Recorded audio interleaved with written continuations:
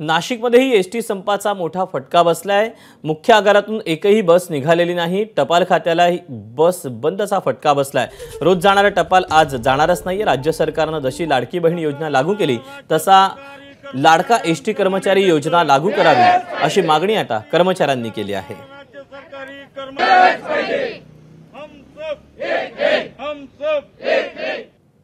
आपण बंद पुकारतायत।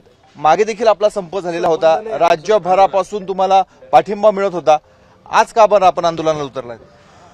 गेल्या अनेक वर्षापासून म्हणजे सन 2016 पासून या एसटी कामगारांच्या वेतनाचा प्रश्न प्रलंबित आहे। महागाई भत्त्याचा फरक असेल, इन्क्रिमेंटचा फरक असेल, हे जवळजवळ 2000 कोटी रुपये राज्य सरकारकडे आमचं येणं बाकी आहे।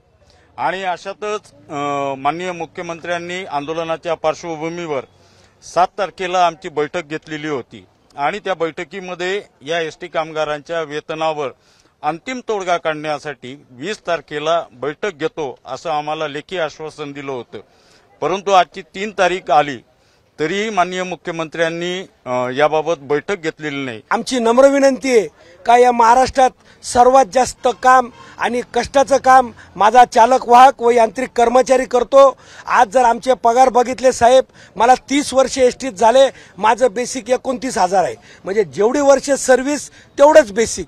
16, 17 वर्ष आमची पगारवाढ वेतनवाढ होत नाही।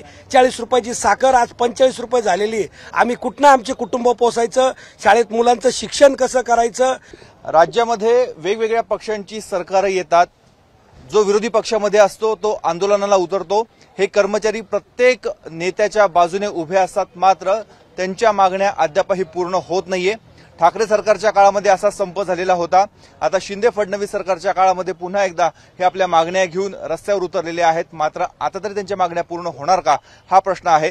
जशी लाडकी बहीण योजना लागू केली तसंच लाडका एसटी कर्मचारी ही योजना देखील लागू करावी अशी या सर्वांची मागणी आहे। कॅमेरामॅन किरण कटारेसह मुकुल कुलकर्णी, एबीपी माझा।